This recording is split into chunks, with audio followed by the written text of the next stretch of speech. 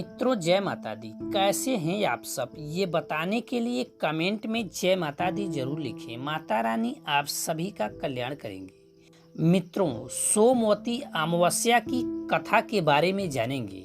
पौराणिक कथा के अनुसार एक गरीब ब्राह्मण परिवार था। उस परिवार में पति पत्नी के अलावा एक पुत्री भी थी। वह पुत्री धीरे धीरे बड़ी होने लगी। उस स्त्री में बढ़ती उम्र के साथ साथ गुणों का विकास हो रहा था। वह बहुत सुंदर, सत्यवान और गुणवान थी, किंतु गरीब होने के कारण उसका विवाह नहीं हो रहा था।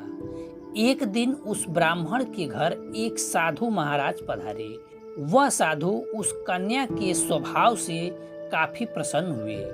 कन्या को लंबी आयु का आशीर्वाद देते हुए साधु ने कहा कि इस कन्या की हथेली में विवाह योग्य रेखा नहीं है। तब ब्राह्मण दंपत्ति ने साधु से पूछा, गुरुजी, ऐसा क्या करें कि इसके हाथ में विवाह योग बन जाए? साधु ने कुछ देर विचार करने के बाद अपनी अंतर्दृष्टि से ध्यान करके बताया कि कुछ दूरी पर एक गांव में सोना नाम की धोबिन जाति की एक महिला अपने बेटे और बहू के साथ रहती है, जो बहुत ही आचार विचार और संस्कार संपन्न तथा पति परायण है। यदि यह कन्या उसकी सेवा करे तो वह महिला इसकी शादी में अपने मांग का सिंदूर लगा दे। इसके बाद इस कन्या का विवाह हो सकता है। यह बात सुनकर ब्राह्मणी ने अपनी बेटी से धोबिन की सेवा करने की बात कही। अगले दिन कन्या प्रातः काल ही उठकर सोना धोबिन के घर जाकर साफ सफाई करने लगी और अन्य सारे काम करके घर वापस आती थी।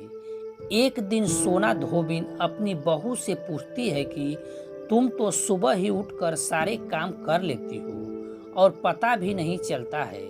बहू ने कहा, माँ जी, मैंने तो सोचा है कि आप ही सुबह उठकर सारे काम खुद ही खत्म कर लेती हैं। मैं तो देर से उठती हूँ। इस पर दोनों सास बहू निगरानी करने लगी। कौन है जो सुबह ही घर का सारा काम करके चला जाता है? कई दिनों के बाद धोबिन ने देखा कि एक कन्या मुंह अंधेरे घर में आती है और सारे काम करने के बाद चली जाती है। जब वह जाने लगी तो सोना धोबिन उसके पैरों पर गिर पड़ी और पूछने लगी कि आप कौन हैं और इस तरह छुप कर मेरे घर की चाकरी क्यों करती हैं? तब कन्या ने साधु द्वारा बताई गई सारी बात बताई। सोना धोबिन पति परायण थी, उसमें तेज था। वह तैयार हो गई। सोना धोबिन के पति थोड़ा अस्वस्थ थे। उसने अपनी बहू से अपने लौट आने तक घर पर ही रहने को कहा।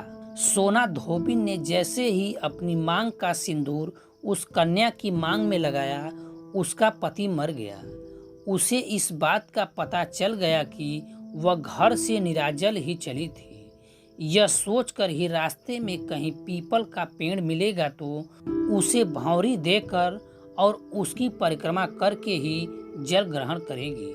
उस दिन सोमवती अमावस्या थी। ब्राह्मण के घर मिले पुए पकवान की जगह उसने ईंट के टुकड़ों से 108 बार भौंरी देकर 108 बार पीपल के पेड़ की परिक्रमा की और उसके बाद जल ग्रहण किया।